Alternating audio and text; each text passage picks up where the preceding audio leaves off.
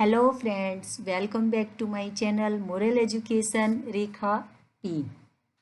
Friends, channel को like share and subscribe करना ना भूलें। सब्सक्राइब करने से आपको सबसे बड़ा बेनिफिट ये मिलेगा कि जब भी कोई वीडियो अपलोड होगी तो सबसे पहले आपको उसका नोटिफिकेशन मिलेगा और आप उस वीडियो का बेनिफिट ले सकेंगे।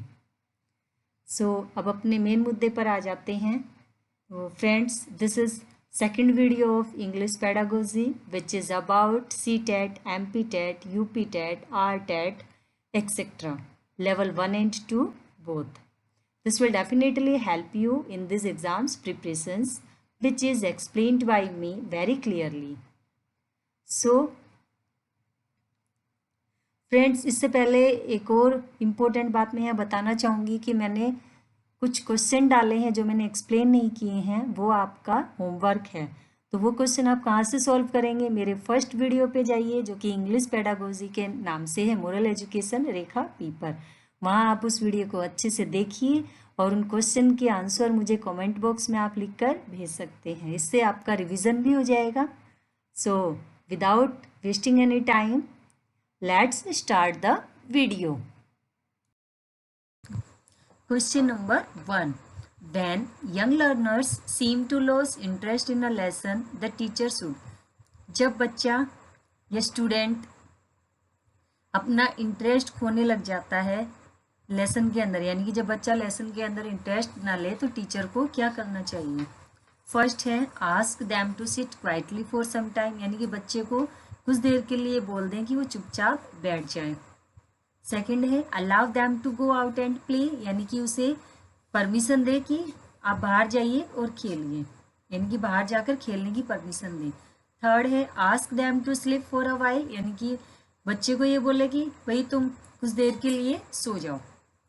या फिर फोर बोलेंगे टेल अ स्टोरी या और कंडक्ट एन इंटरेस्टिंग एक्टिविटी, या फिर बच्चे को इंटरेस्ट क्रिएट करवाएंगे लेसन के अंदर कि बच्चा इंटरेस्ट कैसे ले, कि या तो आप कोई बच्चे को स्टोरी सुनाएंगे, अच्छी सी कोई कहानी सुनाएंगे, या फिर क्या करेंगे कोई इंटरेस्टिंग एक्टिविटी बच्चे को कंडक्ट करवाएंगे। देखिए जैसे कि इस पिक्चर में शो किया गया है कि बच्चे कितना इंटरेस्ट ले रहे हैं इस एक्टिविटी के थ्रू, यानी कि पेंटिंग कर रहे हैं, यानी कि टीचर पेंटिंग के थ्रू उन्हें वो अपना लेसन कंप्लीट करवा रही है।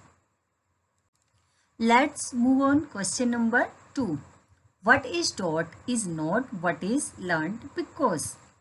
यानी कि what is taught यानी कि क्या पढ़ाया गया बच्चे को या फिर क्या सिखाया गया।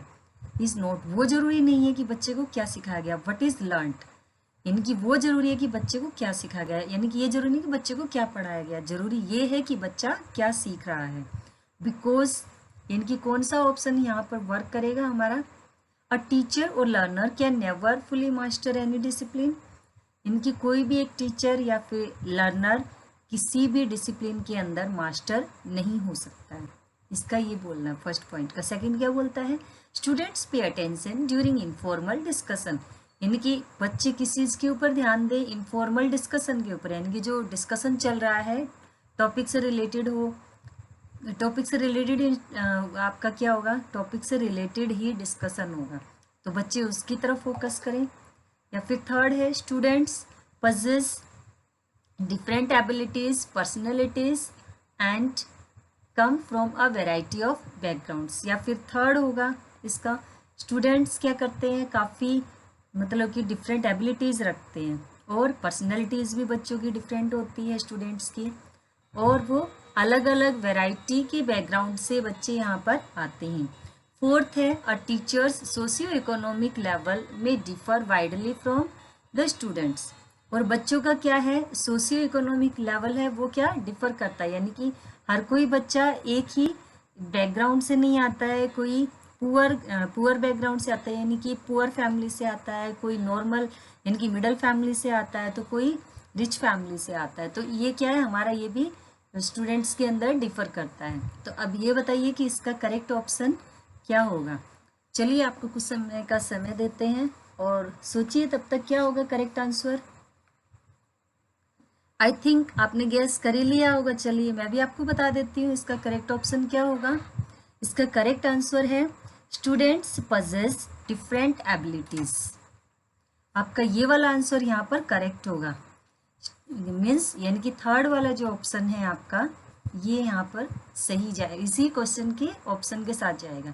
Students possess different abilities personalities and come from a variety of backgrounds. यानी कि क्वेश्चन क्या पूछा था कि ये जरूरी नहीं है कि बच्चे को क्या पढ़ाया जा रहा है, जरूरी क्या है कि बच्चा क्या सीख रहा है, और बच्चे को उसी के अकॉर्डिंग सिखाया जाए कि बच्चे क्या है अलग अलग एबिलिटीज़ रखते हैं। कोई भी सारे बच्चे एक ही तरह की एबिलिटी नहीं रखते, यानी कि काफ़ी तरह के अलग अलग थिंकिंग वाले बच्चे होते हैं, कोई हाई थिंकिंग वाले होते हैं, कोई मीडियम वाले होते हैं, तो कोई लो थिंकिंग वाले होते हैं। यानी कि पुअर स्टूडेंट्स होंगे, यानी कि जिन्हें वीक बोलते हैं, वीक स्टूडेंट्स भी हो सकते हैं।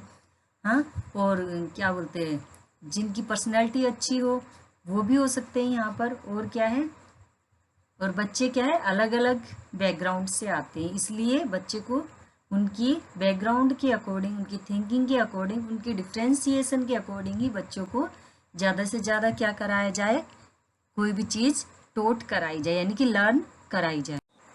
Question number 3, when language development is a deliberate and conscious effort, language is। यानी कि लैंग्वेज डेवलपमेंट क्या होगा जब आपका डेलिब्रेट होगा, यानी कि थिंकिंग होगी लैंग्वेज डेवलपमेंट में, तभी लैंग्वेज डेवलपमेंट होगा। और कॉन्शियस एफर्ट होगा, यानी कि सचेत प्रयास होगा। उस कंडीशन में लैंग्वेज क्या क्या होगी ये आपको बताना है। एक्वायर्ड फर्स्ट है, सेकंड है होन्ड, थर्ड है ब्रश्ड अप और फोर्थ है लर्नड। यानी कि ऐसे में लैंग्वेज क्या होगी आपकी एक्वायर्ड नहीं होगा, वो नेचुरल एनवायरनमेंट में जाएगा, यानी कि नेचुरल एनवायरनमेंट में ही लैंग्वेज एक्वायर्ड की जाती है।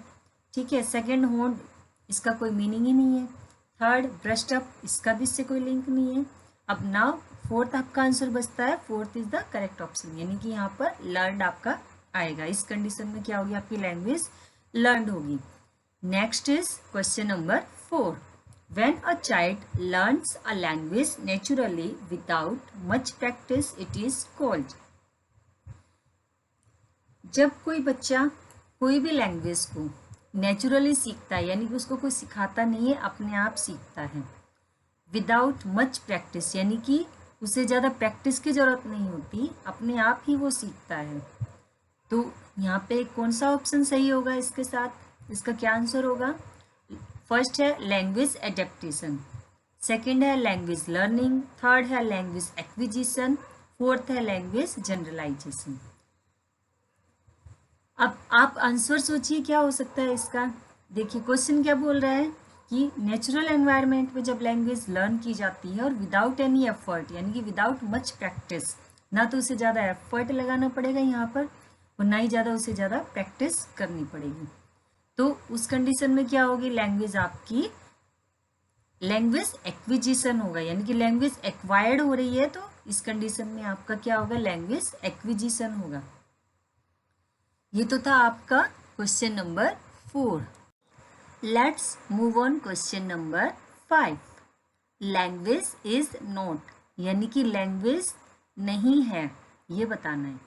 First social, second arbitrary, third symbolic, fourth instinctive. Okay, तो ये सब क्या है, सोशल है लैंग्वेज। अब लैंग्वेज की कैरेक्टरिस्टिक्स मालूम होनी चाहिए इस क्वेश्चन का आंसर देने से पहले हमें। तो लैंग्वेज हमारी सोशल है, क्यों नहीं भी, हम इसको सोसाइटी में समाज में यूज़ करते हैं लैंग्वेज को। सेकंड आर्बिट्रेरी है, आर्बिट्रेरी भी है। अब आर्बिट्रेरी का मतलब क्या है, यानी कि हम इसको मनमाने ढंग से बोल सकते हैं लैंग्वेज में, अपने अकॉर्डिंग, अपनी जो कंफर्ट के अकॉर्डिंग हम इसमें चेंजेस कर सकते हैं। थर्ड है सिंबॉलिक, यानी कि क्या है, ये प्रतीकात्मक भी है, यानी कि सिंबल के थ्रू भी हम लैंग्वेज का यूज़ करते हैं। फोर्थ है इंस्टिंक्टिव, यानी कि अब इंस्टिंक्टिव क्या होता है आपका स्वाभाविक होता है। अब आपको लैंग्वेज में ये बताना है कि लैंग्वेज नहीं है, तो हमारी लैंग्वेज इंस्टिंक्टिव नहीं है, यानी कि स्वाभाविक नहीं है।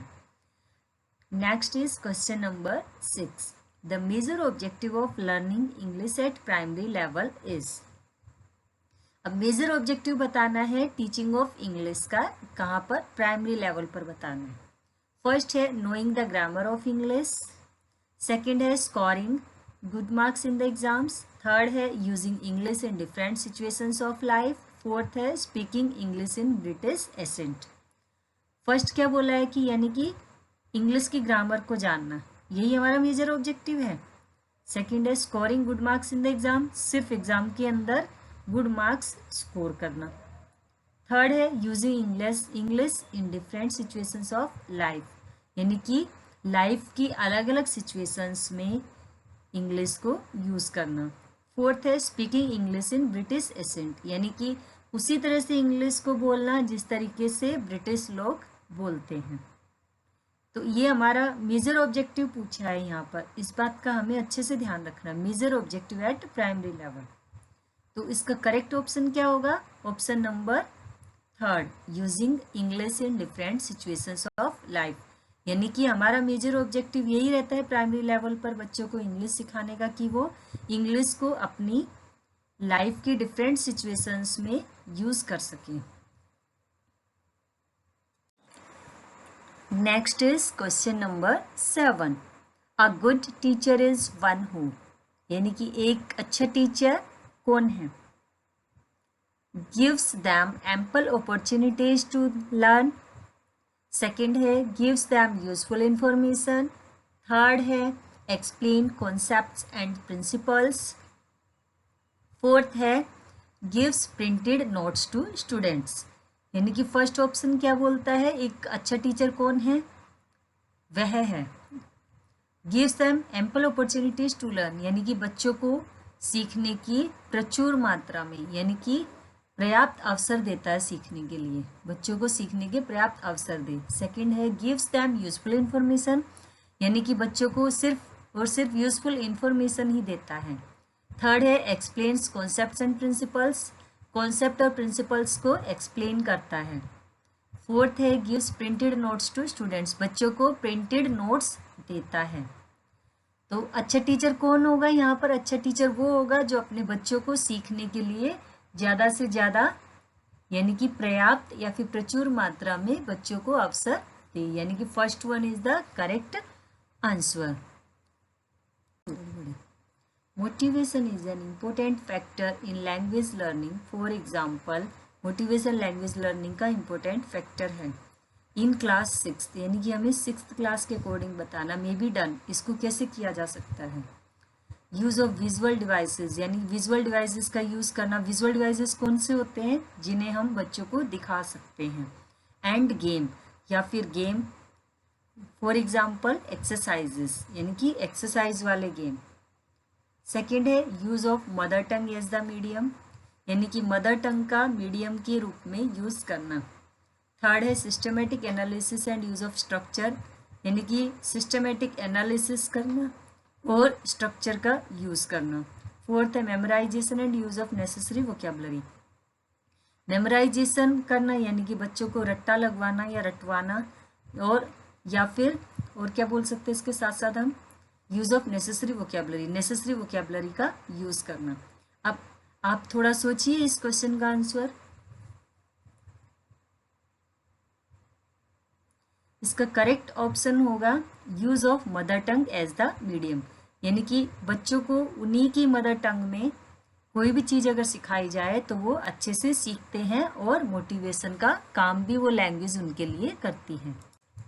Question number 9, according to socio cultural theory of Vygotsky. अब सोशियो कल्चरल थ्योरी क्या बोलती है वाइगोत्स्की, उसके अकॉर्डिंग हमें आंसर देना है। ऑप्शन है children think in different domain and do take a complete perspective. Second है self directed speech is the lowest stage of the scaffolding.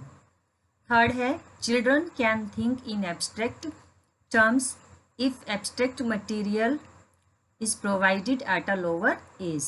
Fourth है culture helps in language development. अब Vygotsky क्या एक sociologist हैं और इनकी socio cultural theory क्या बोलती है, culture helps in language development, यानी कि fourth one is the correct option. Let's move on question number 10. For English as a second language acquisition, poor environment is one who where, यानी कि second language English के लिए क्या है, acquisition poor environment है, जो कि कहाँ से आते हैं, English language is used only in the classroom, यानी कि इंग्लिश लैंग्वेज सिर्फ क्लासरूम के अंदर यूज की जाती है. Access to any learning material is unavailable to students, यानी कि बच्चों तक जो लर्निंग मटेरियल क्या होता है यहाँ पर अनअवेलेबल रहता है, यानी कि बच्चों को अवेलेबल नहीं होता है. थर्ड है English is not spoken at home at all, यानी कि इंग्लिश घरों में नहीं बोली जाती. फोर्थ है हिंदी और mother tongue is the lingua franca, और हिंदी या फिर मदर टंग ही क्या है, हमारी लिंग्विस्टिक है, यानी कि लिंग्वा फ्रैंका है. अब इसका करेक्ट ऑप्शन क्या होगा, करेक्ट ऑप्शन होगा option number 2. Access to any learning material is unavailable to students, यानी कि second one is the correct option. Question number 11. Second language acquisition is more effective when it is first involves mostly self-study by students using certain guidelines. Second is practiced in situations familiar to students. Third is used as the basis for discussing grammatical concepts. Fourth involves periodic revision work by the teacher and students. तो friends 11th का क्या answer होगा, second language acquisition more effective है, ये बोला गया है. कब होगी मोर इफेक्टिव, ये पूछा है, कौन सी कंडीशन में या फिर कौन सी सिचुएशन में. तो आप सोचिए क्या इसका करेक्ट आंसर होगा, तब तक मैं भी आपको इसका आंसर बताती हूँ. इसका करेक्ट आंसर है answer number second, is practised in situations familiar to students, यानी कि बच्चों को कहाँ पर प्रैक्टिस करानी चाहिए, जहाँ वहीं पर ही प्रैक्टिस करानी चाहिए जहाँ पर वो फैमिलियर हो, यानी कि उसी लैंग्वेज में बच्चों को प्रैक्टिस करानी चाहिए जिस लैंग्वेज में वो सबसे ज़्यादा फैमिलियर हो. Let's move on question number 12. Who strongly maintains that language is learnt by imitation of stimuli and reinforcement of correct responses? First है कर्ट लेविन, सेकंड है अल्बर्ट बंडूरा, थर्ड है टोलमैन और fourth है B.F. Skinner. अब आपको ये बताना है कि इनमें से strongly maintains that language is learned by imitation of stimuli and reinforcement of correct responses, ये वाली डेफिनेशन किन्होंने दी है, आप सोचिए, तब तक मैं आपको इसका आंसर बताती हूँ. इसका करेक्ट आंसर है B.F. स्किनर, यानी कि स्टिमुलस और रेनफोर्समेंट के बारे में सबसे ज़्यादा कौन बातें करते हैं, B.F. स्किनर करते हैं. Question number 13. In learning a language, students talking time should be increased because, यानी कि बच्चों को कोई भी लैंग्वेज सिखानी है तो उनका टॉकिंग टाइम इंक्रीज करना चाहिए. क्यों करना चाहिए, क्योंकि बिकॉज. फर्स्ट है teachers feel relaxed while students are talking, यानी कि टीचर क्या करते हैं, रिलैक्स फील करते हैं और स्टूडेंट्स बातों में लगे रहते हैं. सेकेंड है they use the target language for various purposes, यानी कि वो टारगेट लैंग्वेज का काफ़ी सारे पर्पजेज में यूज़ करते हैं. थर्ड है they can learn the correct pronunciation from each other, यानी कि वो एक दूसरे से जितनी ज़्यादा बच्चे इंटरेक्ट करेंगे, जितना ज़्यादा बच्चे बातें करेंगे उतना ही ज़्यादा बच्चे करेक्ट प्रोनाउंसिएशन एक दूसरे से सीखेंगे बातें करके. फोर्थ है they enjoy spending time talking with their friends, यानी कि वो ज़्यादा से ज़्यादा टाइम अपने फ्रेंड्स के साथ स्पेंड करेंगे और बातें करते हुए वो इंजॉय करेंगे, यानी कि वो जो जितना भी टाइम स्पेंड करेंगे उसको इंजॉय करके ही स्पेंड करेंगे और इस एनवायरनमेंट में वो बच्चे आपकी लैंग्वेज भी सीखेंगे. तो इसका करेक्ट आंसर क्या होगा, क्वेश्चन नंबर 13 का करेक्ट आंसर होगा option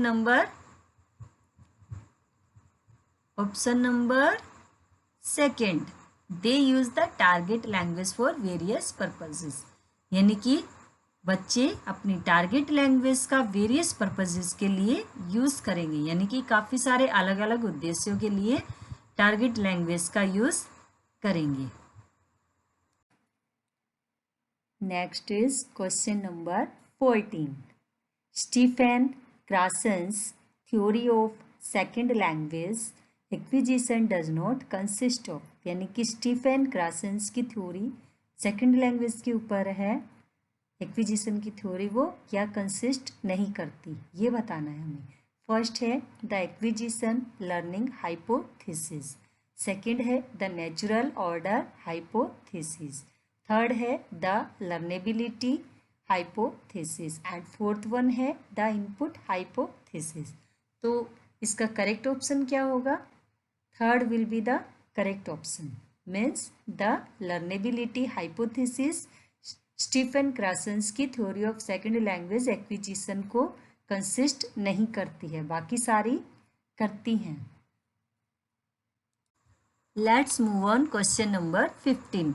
A teacher of class 3rd realizes that vocabulary development is an important factor in enabling students to become better readers. Of the following, which might be a good strategy for vocabulary development?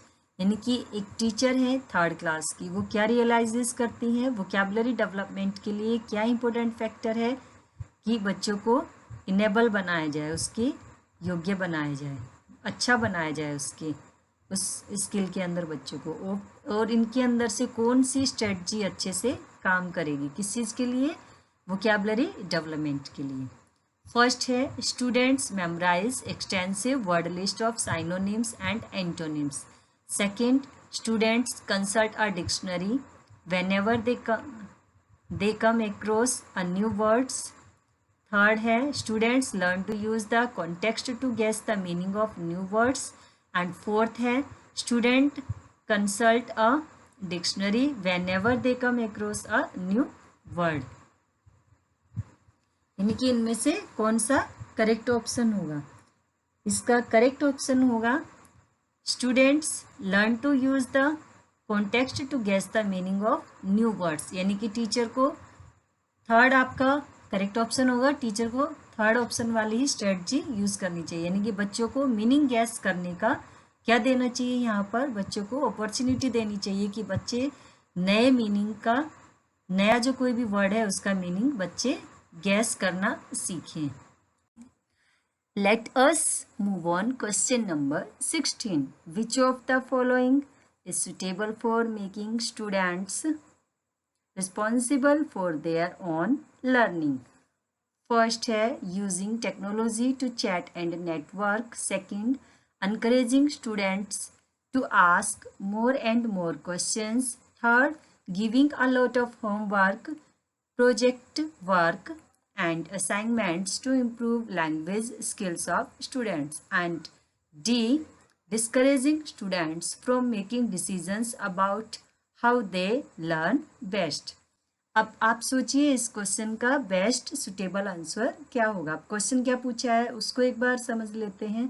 किसने पूछा है कि कौन सा method इसके अंदर suitable है जिसके थ्रू बच्चे या फिर स्टूडेंट्स रिस्पॉन्सिबल होंगे अपनी लर्निंग के लिए, यानी कि वो खुद लर्निंग करने के लिए इंटरेस्टेड होंगे यहाँ पर।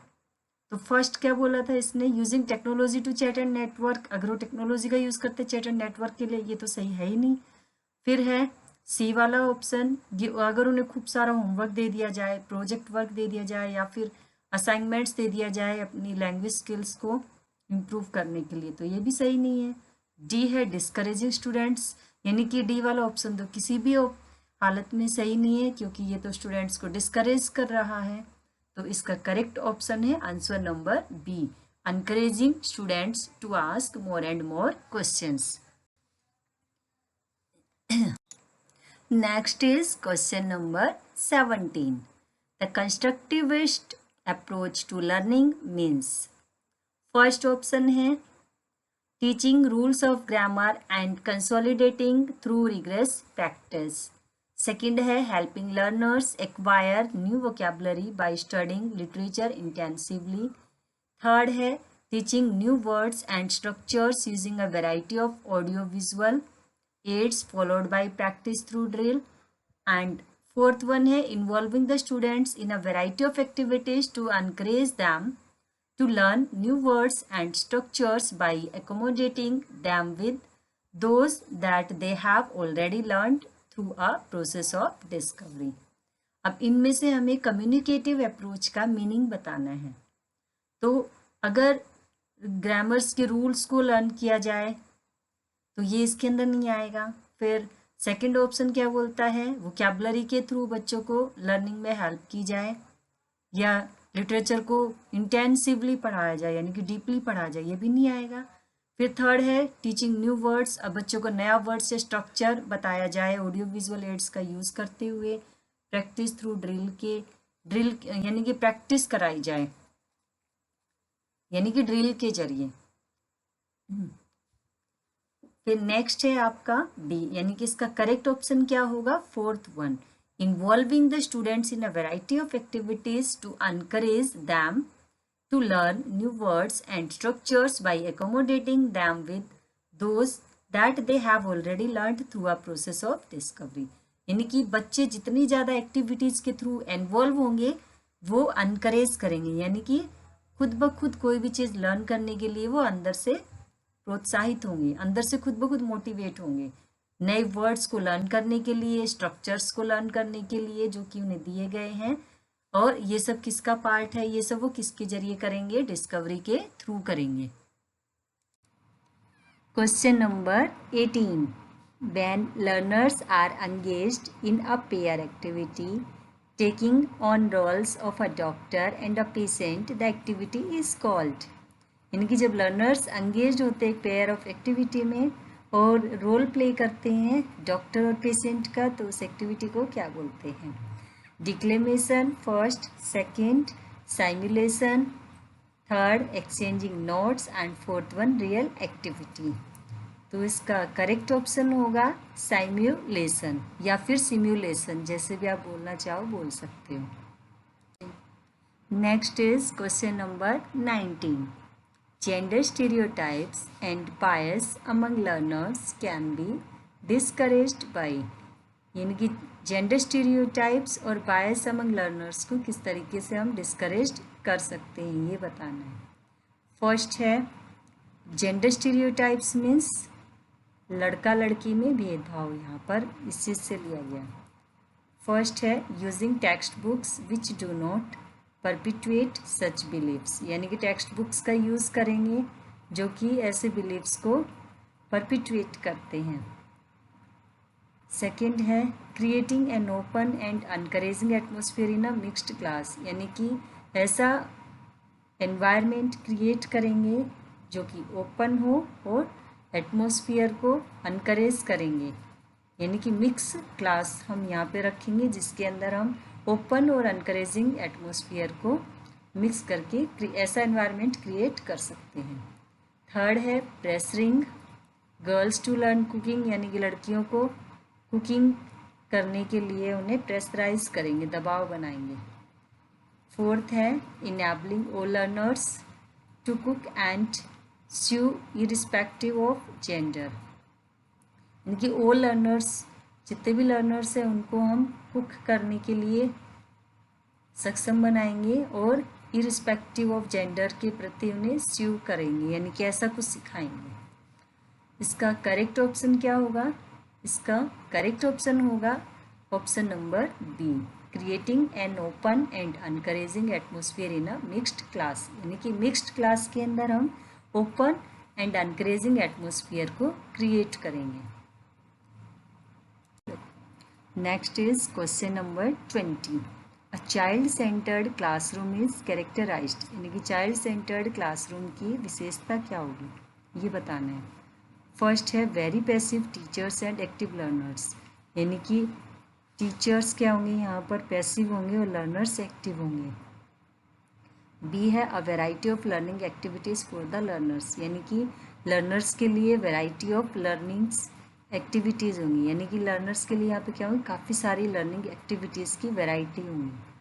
सी है children sitting in the centre of the classroom, बच्चे क्लासरूम के सेंटर में बैठे हों।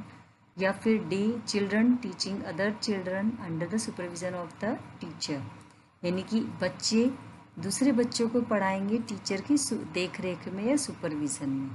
इसका करेक्ट ऑप्शन क्या होगा? इसका करेक्ट ऑप्शन होगा option number second, a variety of learning activities for the learners, यानी कि लर्नर्स के लिए लर्निंग एक्टिविटीज़ की काफ़ी सारी वेराइटीज़ हों, वो क्या कहलाएगी? आपकी चाइल्ड सेंटर्ड क्लासरूम कहलाएगी। Next is question number 21. When a teacher uses lessons in science and social science to teach language, such an approach can be termed as. यहाँ पर साइंस और सोशल साइंस से रिलेटेड पेडागोजी का question दिया गया है। First option है language across the curriculum, यानी कि करिकुलम के आसपास ही हमारी लैंग्वेज होनी चाहिए। बी है ऑब्जेक्टिव लैंग्वेज टीचिंग, यानी कि लैंग्वेज टीचिंग ऑब्जेक्टिव होनी चाहिए, ऑब्जेक्टिव होना चाहिए लैंग्वेज टीचिंग का। थर्ड है प्लूरलिस्टिक लैंग्वेज टीचिंग, यानी कि लैंग्वेज टीचिंग यहाँ पे प्लूरलिस्टिक होनी चाहिए। डी है डिसिप्लिन वाइज लैंग्वेज टीचिंग, यानी कि लैंग्वेज टीचिंग डिसिप्लिन वाइज होनी चाहिए। अब इसका करेक्ट ऑप्शन हमें बताना है 21 का, और 21 का करेक्ट ऑप्शन होगा option number 1, language across the curriculum, यानी कि जब कोई भी टीचर यहाँ पे क्या करता है, एक लेसन यूज़ कर रहा है साइंस और सोशल साइंस को टीच करने के लिए, यानी कि ये भी एक लैंग्वेज की तरह ही है, तो इसमें वो किस तरह का जो भी वो अप्रोच यहाँ पर यूज़ करेगा उसको हम किस तरह से लेंगे, लैंग्वेज अक्रॉस द करिकुलम की तरह उसको लेंगे, यानी कि वो ऐसी लैंग्वेज होगी जो हमारी करिकुलम के आसपास की ही लैंग्वेज हम वहाँ पर यूज़ करेंगे, यानी कि टीचर करिकुलम के आसपास की ही लैंग्वेज यूज़ करेगा, कोई और लैंग्वेज वहाँ पर यूज़ नहीं होगी। Next is question number 22. After reading a story on fish, if a teacher asks children to answer, imagine you are a fish in a pond. What do you see around you? This is an example of, यानी कि teacher यहाँ पे क्या कर रही है, एक story सुना रही है फिश के बारे में, यानी कि वो रीड कर चुकी है स्टोरी, और टीचर यदि ये पूछना चाहती है बच्चों से, एक आंसर पूछती है उसी के बारे में कि आप इमेजिन करिए कि आप फिश हैं एक तालाब में, तो आप अपने आसपास क्या देखेंगे। तो ये किस तरह का एग्जाम्पल है आपको ये बताना है क्वेश्चन नंबर 22 का।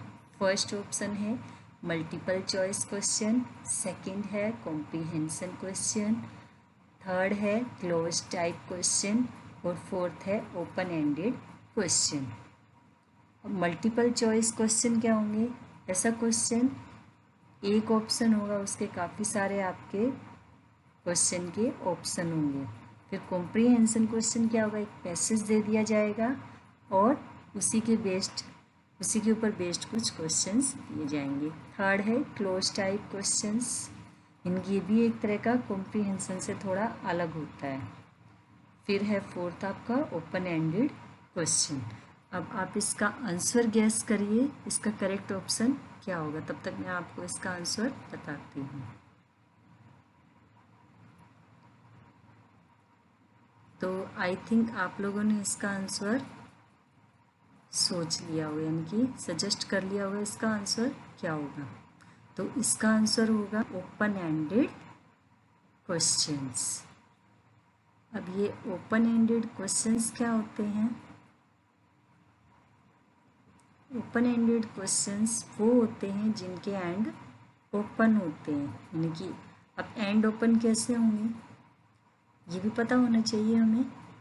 ओपन एंडेड क्वेश्चंस वो क्वेश्चंस होते हैं जो कि allowed to collect qualitative answers, यानी कि वो क्वालिटेटिव आंसर्स को ही अलाउ करते हैं, कहाँ से, फ्रॉम कस्टमर्स दैट आर, यानी कि कस्टमर से ही वो कलेक्ट करते, कहीं और से नहीं करते। फॉर द मोस्ट पार्ट, और उनका मोस्ट पार्ट क्या होता है, फुल ऑफ इंफॉर्मेशन, यानी कि फुल ऑफ इंफॉर्मेशन होती है, उनकी इंफॉर्मेशन फुल होती है, हाफ नहीं होती। By asking an open ended question you are giving your customers the opportunity to answer whatever they like without limiting or influencing them with predefined answers. The given example is an example of open-ended question. यानी कि open-ended questions में full information होगी, half नहीं होगी, और इसके अंदर हम किसी को भी अपॉर्चुनिटी दे सकते हैं। किस चीज़ की अपॉर्चुनिटी देंगे कि भी वो जैसा भी चाहे वो क्वेश्चन उसके बेस पर वो कर सकते हैं, और उसकी कोई लिमिट नहीं होगी, और वो एक दूसरे को इन्फ्लुएंस भी करेंगे, यानी प्रभावित करेंगे आंसर देने के लिए, यानी कि इस तरह के क्वेश्चन होंगे। और ये एग्जाम्पल था आपका ओपन एंडेड क्वेश्चन का। Next is question number 23। Constructivist approach to language teaching expects the teacher to. First option है help construct knowledge using their experiences. Second है give pre constructed knowledge to learners. Third है construct his own curriculum. And fourth है make learners prepare their own text books. अब constructivist approach के बारे में बताना है यहाँ पर हमें। तो फर्स्ट क्या है, help construct knowledge using their experiences. इनकी ये तो कुछ सही लगता है, बाकी ऑप्शन भी let's check the another option. Second है give pre constructed knowledge to the learners, यानी कि लर्नर्स को प्री कंस्ट्रक्टेड नॉलेज देना। थर्ड है कंस्ट्रक्ट हिज ओन करिकुलम, यानी कि वो अपना ही क्या करिकुलम मीन्स पाठ्यक्रम को वो कंस्ट्रक्ट करे, खुद बनाए। या फिर फोर्थ भी दिया है यहाँ पर fake learners prepare their own text books, यानी कि फेक लर्नर्स से वो अपनी टेक्स्ट बुक्स खुद ही प्रिपेयर करें। अब ये सारे के सारे ऑप्शन इस हमारे क्वेश्चन के साथ मेल नहीं खाते, यानी कि कंस्ट्रक्टिविस्ट किस चीज़ के साथ जाता है यहाँ पर। Option number first is our correct option, means help construct knowledge using their experiences, यानी कि बच्चों को नॉलेज कंस्ट्रक्ट करने में हेल्प करना, किस चीज़ का यूज़ करते हुए, एक्सपीरियंसेस का यूज़ करते हुए। Question number 24, you ask what has my government done for you? I can answer in 2 words, a lot. The question put here is, अब क्या क्वेश्चन पूछा गया है, आप पूछते हैं, क्या पूछते हैं, what has my government done for you, यानी कि मेरी गवर्नमेंट ने आपके लिए क्या किया है या क्या कर चुकी है। I can answer in 2 words, यानी कि मैं इसका आंसर 2 शब्दों में दे सकती हूँ या दे सकता हूँ। अलॉट यानी कि काफ़ी कुछ किया है। द क्वेश्चन पुट हेयर इस, क्वेश्चन को यहाँ पर इस तरीके से पुट किया जाएगा, रखा जाएगा, यानी कि किस तरह के क्वेश्चन में इसको रखा जाएगा। फर्स्ट है रिटोरिकल, सेकंड है आपका प्रॉम्प्ट, थर्ड है स्टाइलाइज्ड एंड फोर्थ है एक्सप्लेनेटरी। यानी कि एक्सप्लेनेटरी कौन सा होगा, जिसको हम एक्सप्लेन करेंगे। यहाँ पर तो कुछ एक्सप्लेन किया ही नहीं गया, ओनली 2 वर्ड्स में आंसर दिया गया है। फिर है आपका रिटोरिकल भी नहीं होगा और आप प्रॉम्प्ट भी नहीं होगा। यहाँ पे आपका करेक्ट ऑप्शन क्या होगा, स्टाइलाइज्ड, यानी कि कितनी खूबसूरती से इस आंसर को दिया गया है। Question number 25, gender sensitisation in the school curriculum implies, यानी कि जेंडर सेंसिटाइजेशन हम स्कूल करिकुलम में किस तरीके से लागू कर सकते हैं। फर्स्ट है children should be differentiated as boys and girls, लड़का लड़की में भेदभाव करना या फिर अंतर करना मीन है, लड़का लड़की में अंतर करेंगे हम बच्चों में कि भाई तुम लड़के हो या तुम लड़की हो। बी है sex education from primary school onwards, यानी कि बच्चों को प्राइमरी स्कूल से ही ये एजुकेशन देनी चाहिए कि भाई तुम लड़के हो ये काम करोगे या फिर तुम लड़की हो तुम ये काम करोगे, यानी कि उनको उन्हीं के अकॉर्डिंग रोल दिए जाएं, वैसे ही उनसे काम लिए जाएं। सी है respectful approach towards defining gender roles, यानी कि जब हम जेंडर रोल्स को डिफाइन करेंगे तो रिस्पेक्टफुली अप्रोच के थ्रू करेंगे, यानी रिस्पेक्टफुली आदरपूर्वक बच्चों को बताएंगे जेंडर रोल्स के बारे में कि भाई लड़के हैं तो वो क्या हैं और लड़की हैं तो वो क्या हैं, यानी कि लड़का लड़की में भेदभाव नहीं होना चाहिए, लड़के भी सब कुछ कर सकते हैं और लड़कियां भी सब कुछ कर सकती हैं, यानी कि ये भेदभाव हमारी सोसाइटी में नहीं होना चाहिए। आजकल लड़कियां किसी भी फील्ड में कम नहीं हैं, हर फील्ड में लड़कों के बराबर अपना रोल प्ले कर रही हैं। डी है प्रमोट को एजुकेशन इन हाई स्कूल, यानी कि हाई स्कूल में को एजुकेशन को बढ़ावा देना, यानी कि सह शिक्षा लागू करनी चाहिए हाई स्कूल में, इसको ज़्यादा इनकरेज करना चाहिए। अब इसका करेक्ट ऑप्शन होगा ऑप्शन नंबर 3, रिस्पेक्टफुल, यानी कि C, respectful approach towards defining gender roles. Question number 26. The question, how will I achieve my teaching goal? In the design of a language instruction which helps the teacher to keep the lesson on target is oblique are the, यानी कि question ये उठता है कि teacher अपने teaching गोल को कैसे achieve करेंगे या करेगा, ये मीन है, और इसको करने के लिए वो क्या करेंगे, तो किस चीज़ की हेल्प लेंगे। तो फर्स्ट है ऑब्जेक्टिव्स, सेकंड है मेथोडोलॉजी, थर्ड है इवेल्युएशन एंड फोर्थ है डॉक्यूमेंटेशन। तो इसका करेक्ट ऑप्शन क्या होगा, ऑब्जेक्टिव्स होगा, यानी कि कोई भी टीचिंग या लर्निंग किसी भी ऑब्जेक्टिव्स को ध्यान में रखकर की जाती है। अब ये ऑब्जेक्टिव्स किसी से रिलेटेड होते हैं, ऑब्जेक्टिव्स लर्निंग से रिलेटेड होते हैं। और लर्निंग ऑब्जेक्टिव्स क्या होते हैं, learning objectives are those brief statements that describe what students will be expected to learn by the end of the school year, course, unit, lesson, projects और class period। यानी कि learning objectives वो short statements होते हैं जो कि ये describe करते हैं कि स्टूडेंट्स साल के आखिर में क्या सीखेंगे, चाहे वो कोर्स से रिलेटेड हो, यूनिट हो, लेसन, प्रोजेक्ट्स, वटएवर कुछ भी हो सकता है। और अगर दूसरे केस में हम इसकी बात करें तो in many cases learning objectives are the interim academic goals, यानी कि लर्निंग ऑब्जेक्टिव्स क्या होते हैं, किसी भी एकेडमी के गोल्स होते हैं जिस चीज़ को वो लेकर अपना टीचिंग या लर्निंग स्टार्ट करते हैं। That teachers establish for students, जो कि टीचर अपने स्टूडेंट्स के लिए इस्टेब्लिश करते हैं, who are working towards meeting more comprehensive learning standards, और जो सिर्फ और सिर्फ इस चीज़ के लिए ही वर्क करते हैं कि उनके स्टूडेंट्स ज़्यादा से ज़्यादा लर्निंग स्टैंडर्ड्स कैसे अचीव करें, ये मीन है। Next is 27, blank is the particular way a learner prefers to learn a second और फॉरेन लैंग्वेज। इनकी इसके अंदर हमें ये बताना है कि क्या आएगा इस फिलअप में। फर्स्ट है कोग्निटिव स्टाइल, सेकेंड है कोग्निटिव प्रोसेस, थर्ड है बिहेवियरिस्ट अप्रोच और फोर्थ है लिटरल अप्रोच।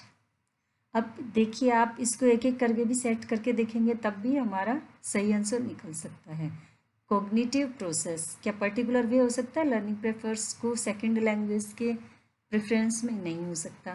फिर हमारा बिहेवियरिस्ट अप्रोच होगा क्या, नहीं होगा भी, सेकंड या फॉरेन लैंग्वेज के इसमें ये भी नहीं जाएगा, और लिटरल अप्रोच भी इसके अंदर नहीं जाएगा, तो इसके अंदर क्या जाएगा, cognitive style. So our correct option will be cognitive style, यानी कि 1। Next is question number 28. The focus is on using the language rather than analysis of the language, and grammar is taught implicitly rather than explicitly.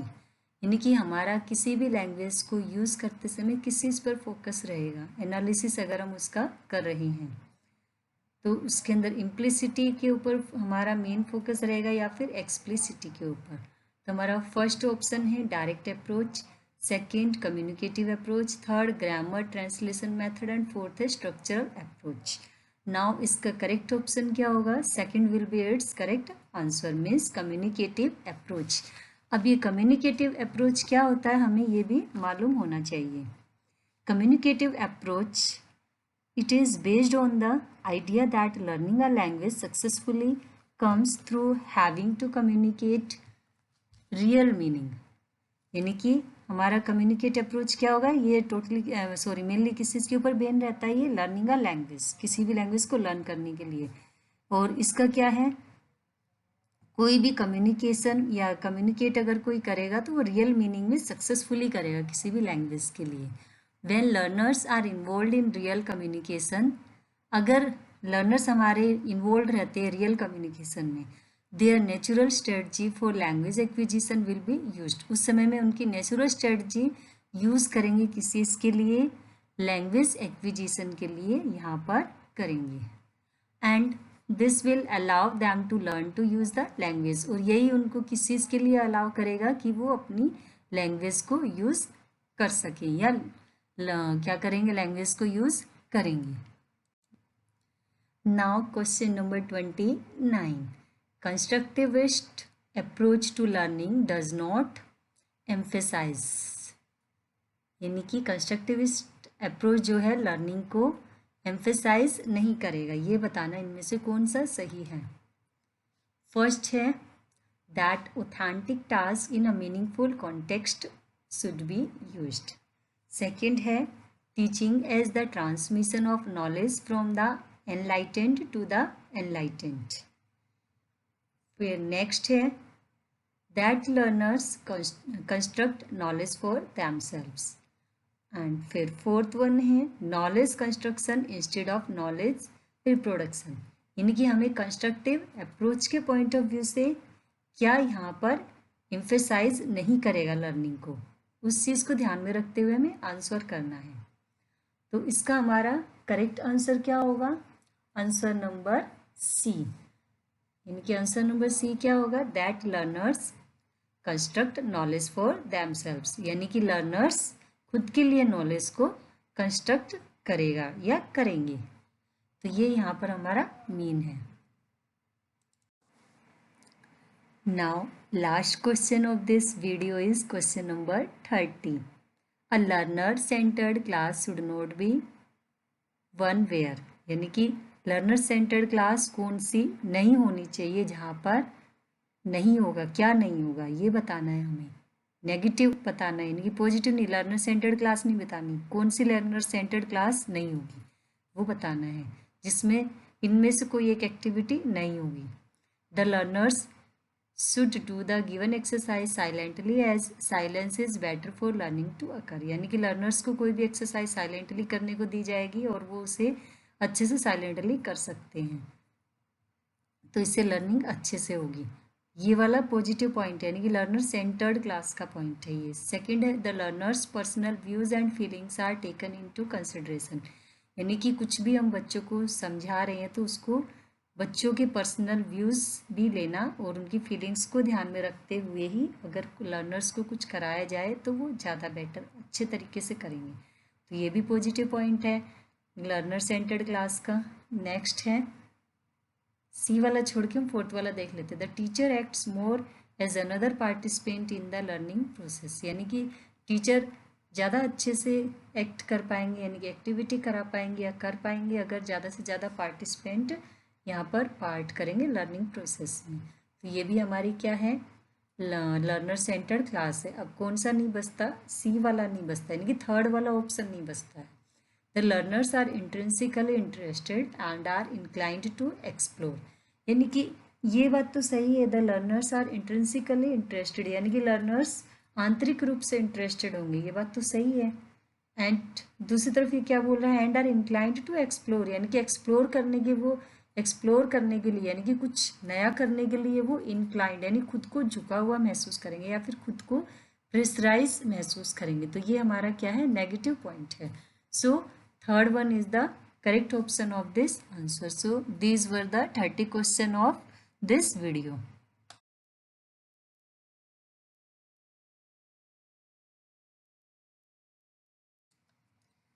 So friends, these were 30 important question of English pedagogy which was discussed by me very clearly. So thanks for watching this video and don't forget appreciate my hard work. Please share and subscribe this video as much as you can. Wait for the next video. So till then, tata bye bye and take care of yourself.